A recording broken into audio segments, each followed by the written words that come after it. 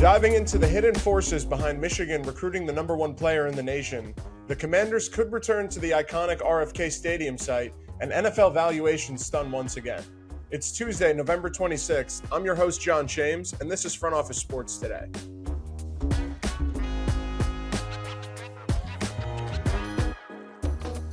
In today's episode, Owen chats with Front Office Sports senior reporter AJ Perez about the Commanders' potential return to the RFK Stadium site in Washington, D.C., despite the arena being torn down. Plus, Saquon's case for MVP bodes well for the running back market, his Eagles sell off stakes at an $8 billion valuation, and the Jets get an unexpected boost for their GM search.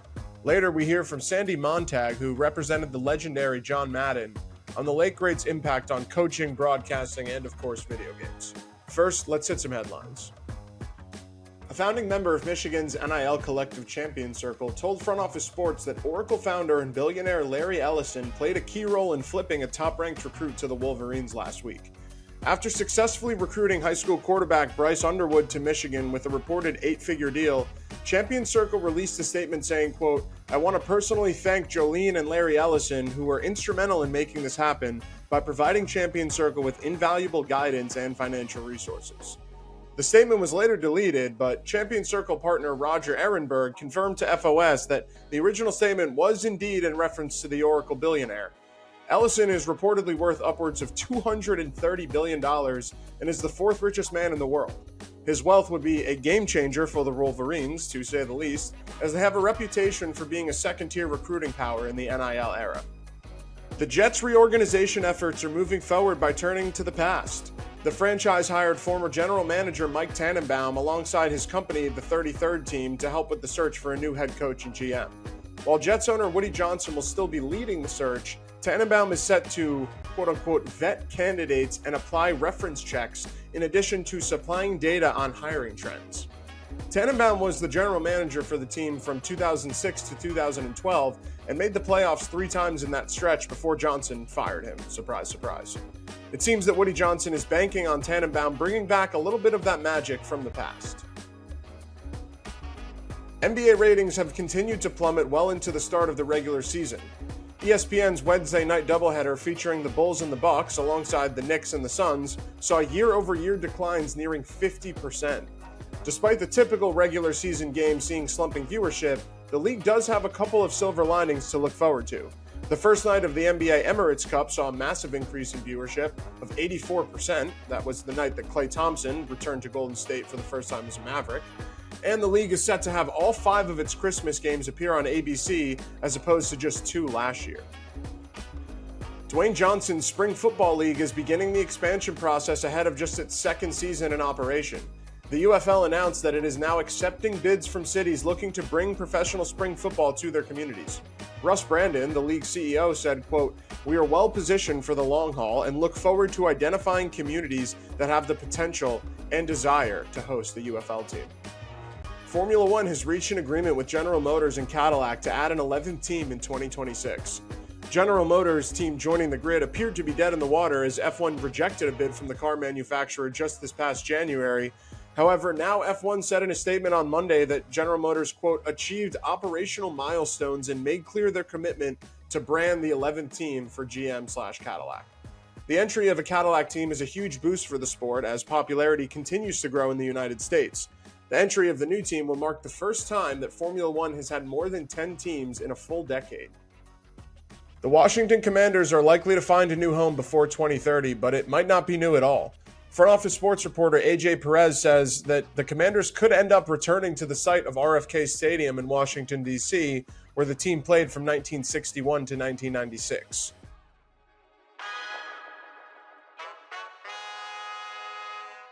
I'm joined now by Front Office Sports senior reporter AJ Perez. Welcome, AJ. Thanks for having me back. Yeah, great to have you on as always. So last week, the U.S. Senate passed a bill to help potentially facilitate bringing the Washington Commanders back to RFK Stadium. What did that bill do, and kind of where do things stand with that possibility?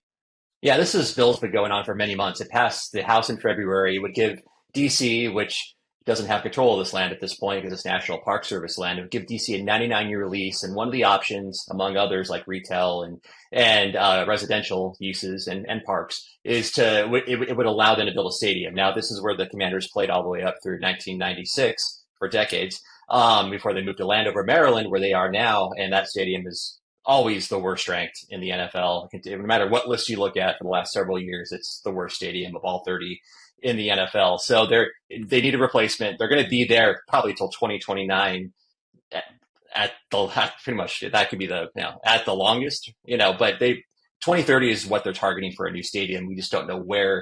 It could be it could be next to where the current stadium is now in Maryland. It could be somewhere in Virginia, close to where I live, or it could be in DC. And really, the only place in DC it's really going to work is this old RFK site.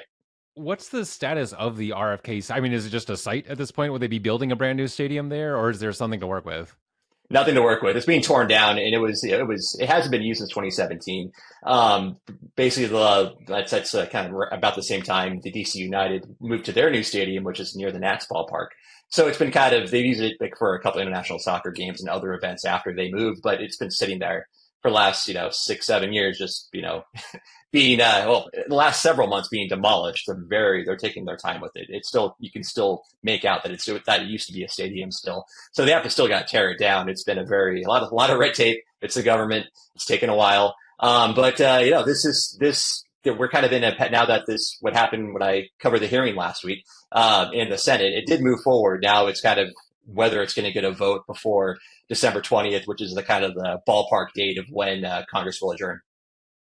And if that vote does not happen, is DC effectively out of the picture for now, or could things kind of revive in the new Congress? They could revive in the new Congress. This was a bipartisan bill. This came out of a Republican led House. Comes out of one of the most conservative committees, the House Oversight Committee, run by James Comer, and he's one of the many people now who are pushing the Senate to bundle this bill or package this bill with other legislation because it's unlikely to pass on its own. So the work has begun to try to figure out what kind of bill to attach it to, because it's outside of the Maryland politicians who all voted none of them voted for it back in February in the House.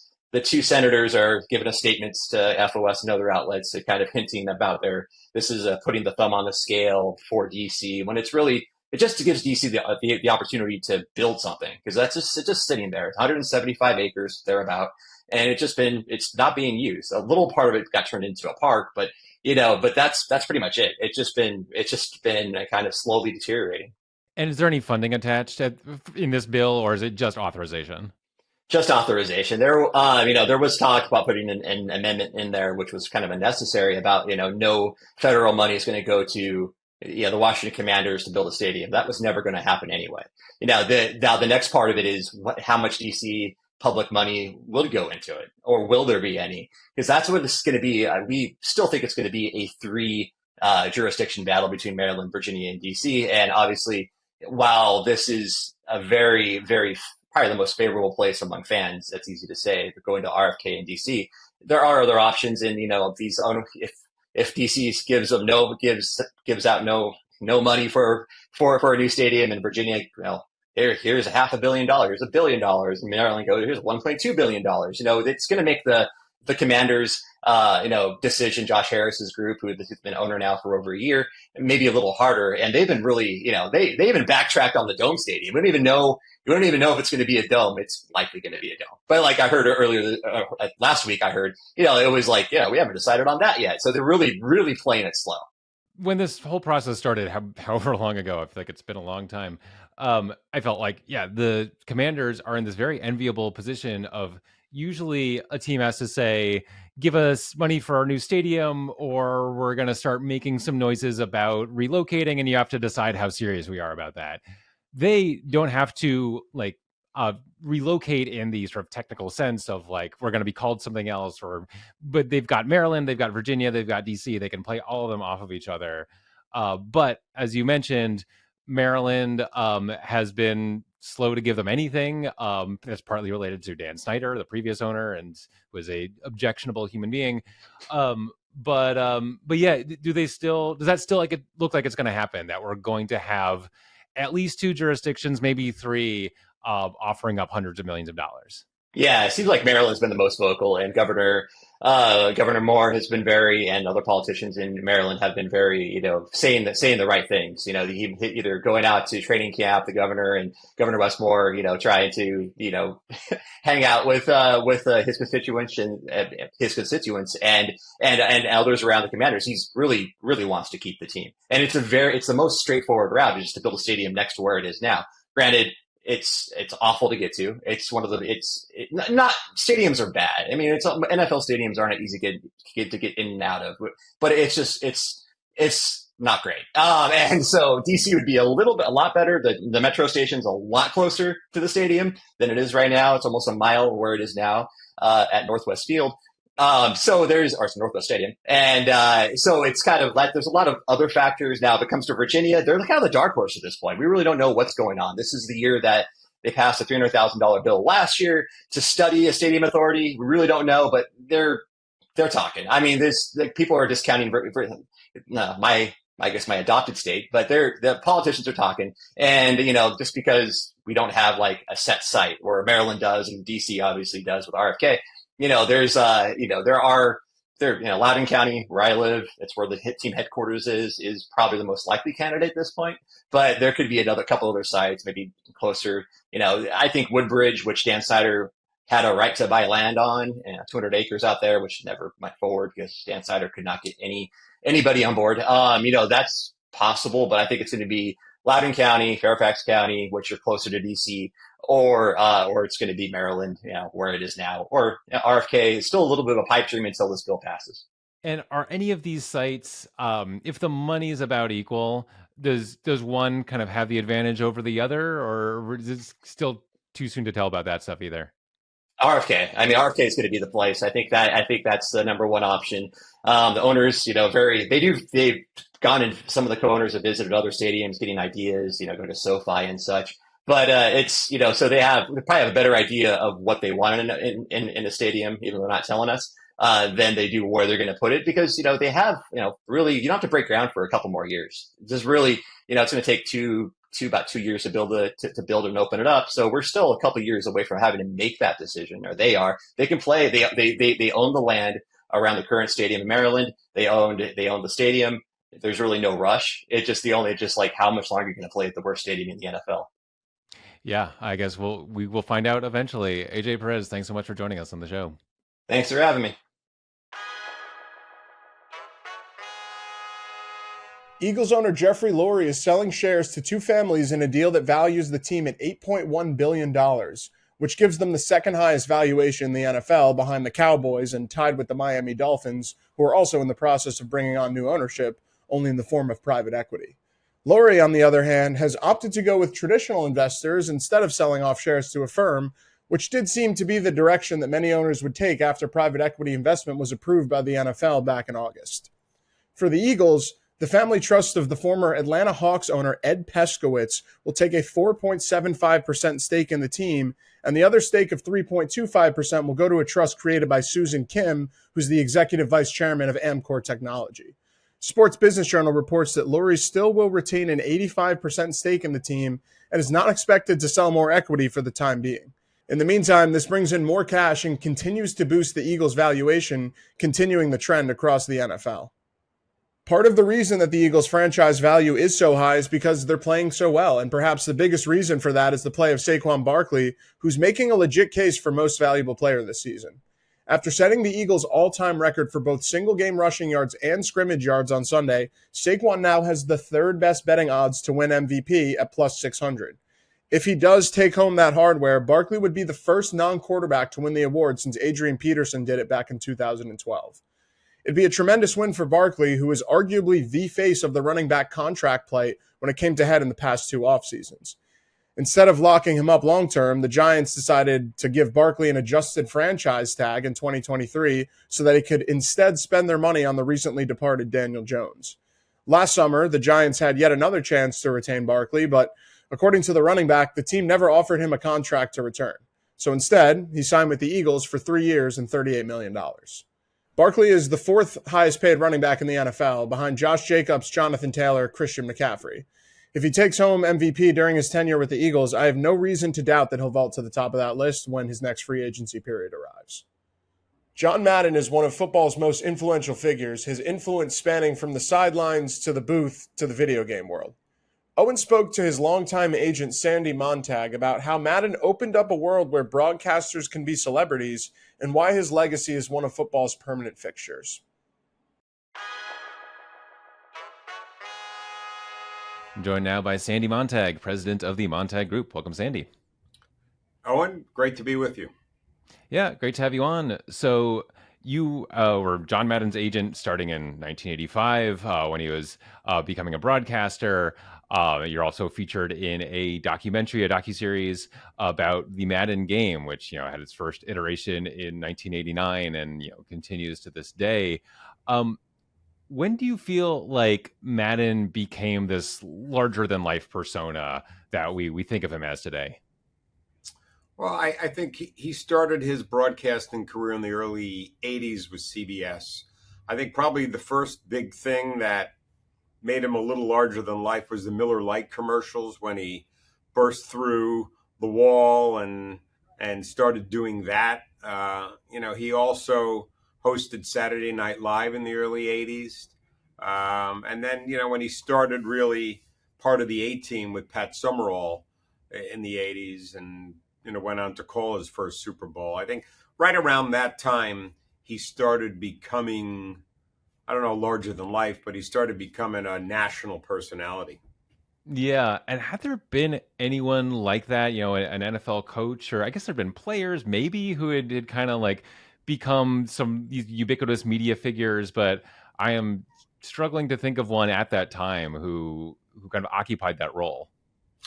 There really wasn't. I think, John got involved in advertising and endorsements around the same time Michael Jordan did. And I think, in the mid 80s, you had Michael doing Nike and Gatorade and things like that. And John was starting to do Ace Hardware and Tenactin and a bunch of Miller Lite. So I think their paths kind of crossed at a similar time, probably from a broadcasting standpoint. Howard Cosell and Don Meredith, they were and Frank Gifford, they were probably the biggest broadcasters when it came to NFL football. But I think that whole world kind of exploded from the mid 80s on, with the advent of various other technologies and media. And so the timing was certainly good for John.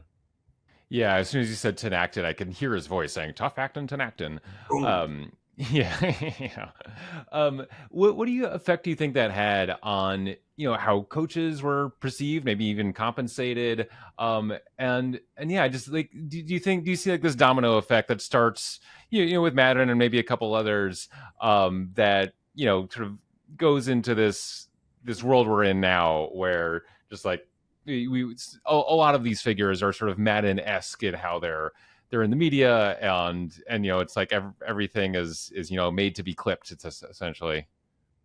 Yeah, I think John really probably started a trend where the broadcasters kind of became celebrities too, besides the players on the field, and that's kind of morphed to.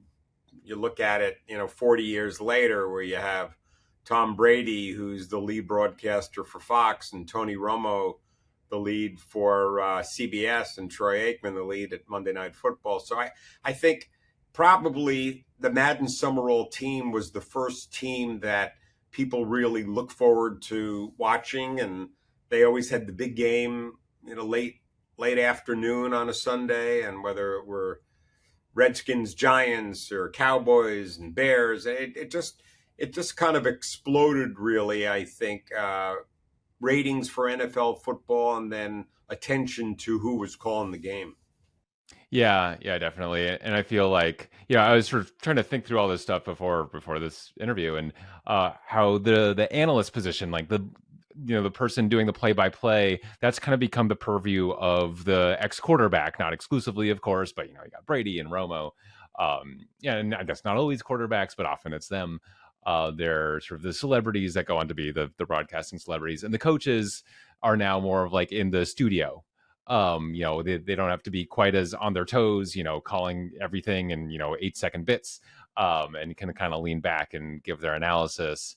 So, and we're seeing that, Belichick, who we can talk a bit more about, and Nick Saban, I guess, is in there too now. I feel like everyone's sort of finding their role in this space.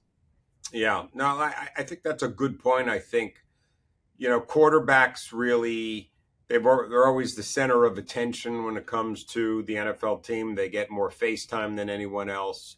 Look, at the NFL is a quarterback-driven league, so the quarterbacks are the superstars. So it's only natural that the progression from that to broadcasting would have quarterbacks in that role. I think, too, as a game analyst, a quarterback is really important because they have to make quick decisions on what they see down the field. They can audible. So when it comes to analysis of in-game, quarterback's really important. On the other hand, coaches really make good game analysts as well. And I think, it's an interesting point where there haven't been a ton of NFL or college coaches that went on to be game analysts. Besides John, you'd think Hank Stram, I think John Robinson did it for a bit. You have, Hubie Brown and Steve Kerr and Mark Jackson in the NBA. But I think, the broadcasters that we represent, I've always thought that coaches make great game analysts because you want to get into their mind. There's 2 minutes to go. The game's tied. There are 2 timeouts. What are you going to do in that situation? And I think from a strategy standpoint, John was really good at basically taking you in his mind and what he was thinking on a particular play and what he was seeing. He had the innate ability during a broadcast to see all 22 players and what they're doing live, and to be able to explain that in a pretty, simple fashion to the viewer. So it's been an interesting progression, really, from players and coaches on the field to broadcasting. Yeah, and actually that gets into something I was sort of thinking about with all this, which is you can list off any number of examples of people who have gone been a head coach in any number of sports, and been also a TV analyst, maybe in the booth. And sometimes you use your time in TV to show that that you're a thoughtful person who would be a good head coach. JJ Redick right now, plenty of, someone like Barry Melrose went back and forth a little bit. I also wonder, there's also seem like in some ways 2 pretty different skill sets, being able to, present your thoughts on TV for a broad audience versus winning games as a head coach. Do you see it that way of like, obviously there's some overlap, but do you think it maybe gets a little bit overplayed of like, oh, this person's a good talker, therefore they're a good coach? Oh, no, I think they're 2 different skill sets, really. I think the ability to communicate effectively is really, as a broadcaster, it's really important. I think there have been superstars in sports where once they tried to go on television, they weren't that good. And then you also see people on television that may not have been a superstar when they played. They may have been a very good athlete, but on television they pop. And I think they're 2 different skill sets. It's rare that you find a Super Bowl winning or NBA champion, Stanley Cup champion winning player coach that turns into a great broadcaster. So I think they don't necessarily go together, but in broadcasting you really have to communicate, and you have to effectively communicate in a short period of time. As a game analyst, in the NFL, you have a short period of time where analysts talk in between plays. For the most part, then it's the play-by-play person calling the game. In basketball, it's even shorter sometimes, because it would have to be during a stoppage. So it's really the craft of broadcast. And it took John, in the beginning, John really, and he said it when he was here, he was not a great broadcaster early on. He showed potential. He had a great personality and he was boom, bam, wham, and he was entertaining. But, he didn't know the ins and outs of broadcasting, and he would, even in his first game, would, listen to a producer in his ear, and he would talk to the producer back while he was on the air, which, you wouldn't obviously do today. And yeah, getting back to John, what was his reaction when he was first approached about being the name and the face of this EA game series? Well, it came about.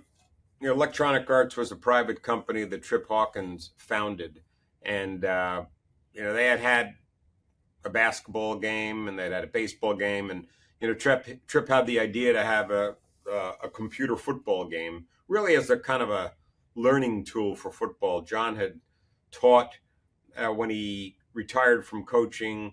He taught a class in the Bay Area, and yeah, Trip was a really smart guy, and he was interested in that part of it. So he came. I traveled with John on the train when I started my career in the mid '80s. He approached John and came on the train for a couple of hours, really, just to talk about his idea and what it was. And it kind of morphed from there.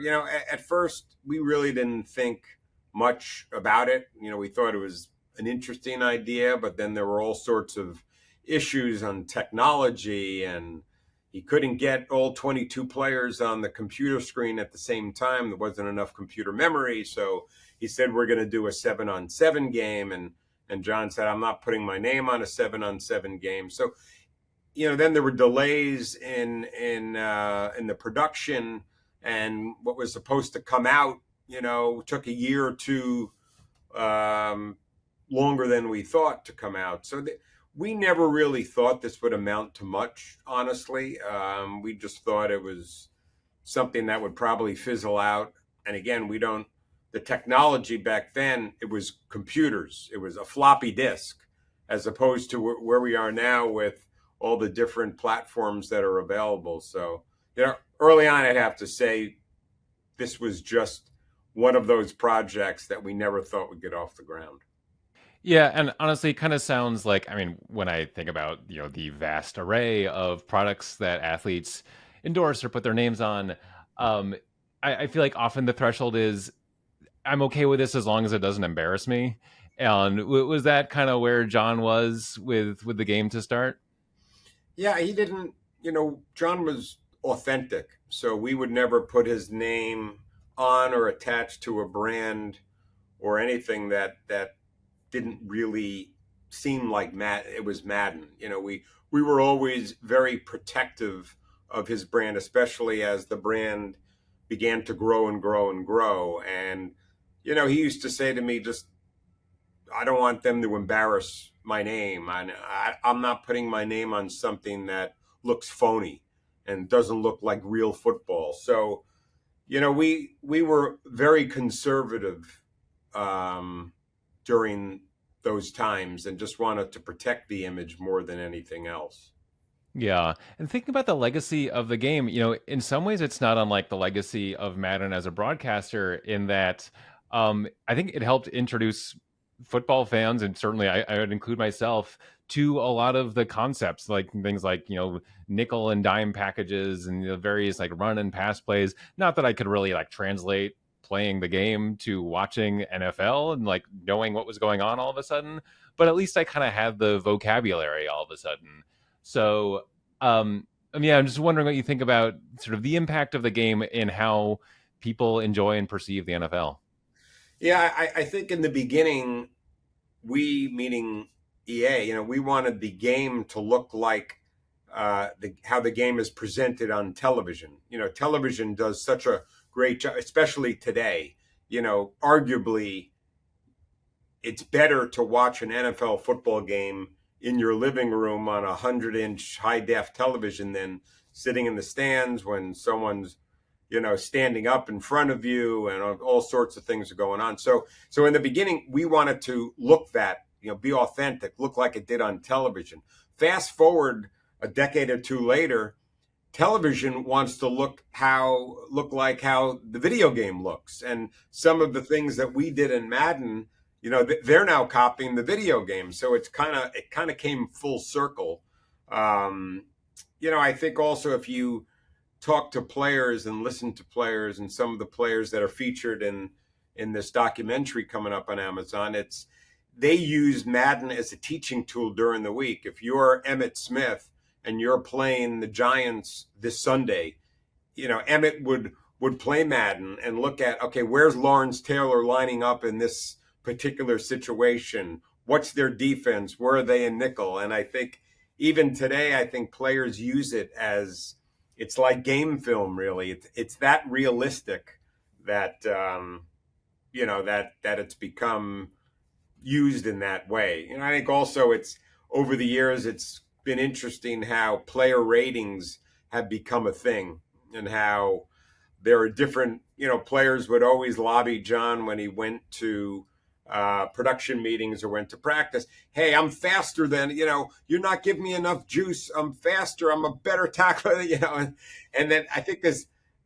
there's only been, Emmitt Smith may have been the only player that said to John, I'm not that good. You have me too good in the game than I really am. So I think it's amazed me the realism of Madden and how it's become really part of pop culture in the NFL.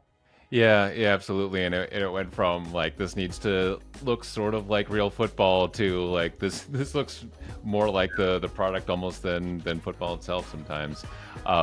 Really interesting stuff. Sandy Montag, thank you so much for joining us on the show.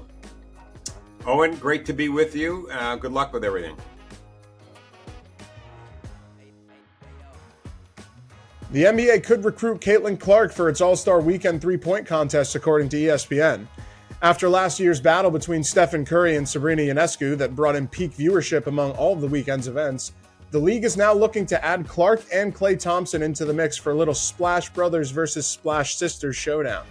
That would pair nicely with the NBA's new All-Star Game format, a 4-team mini-tournament that I personally am quite excited for. Much to look forward to as the season heats up in the association. That's all for today. If you enjoyed the show, don't forget to share it with a friend. Owen will be back tomorrow, but thanks for joining me today. We'll talk to you then.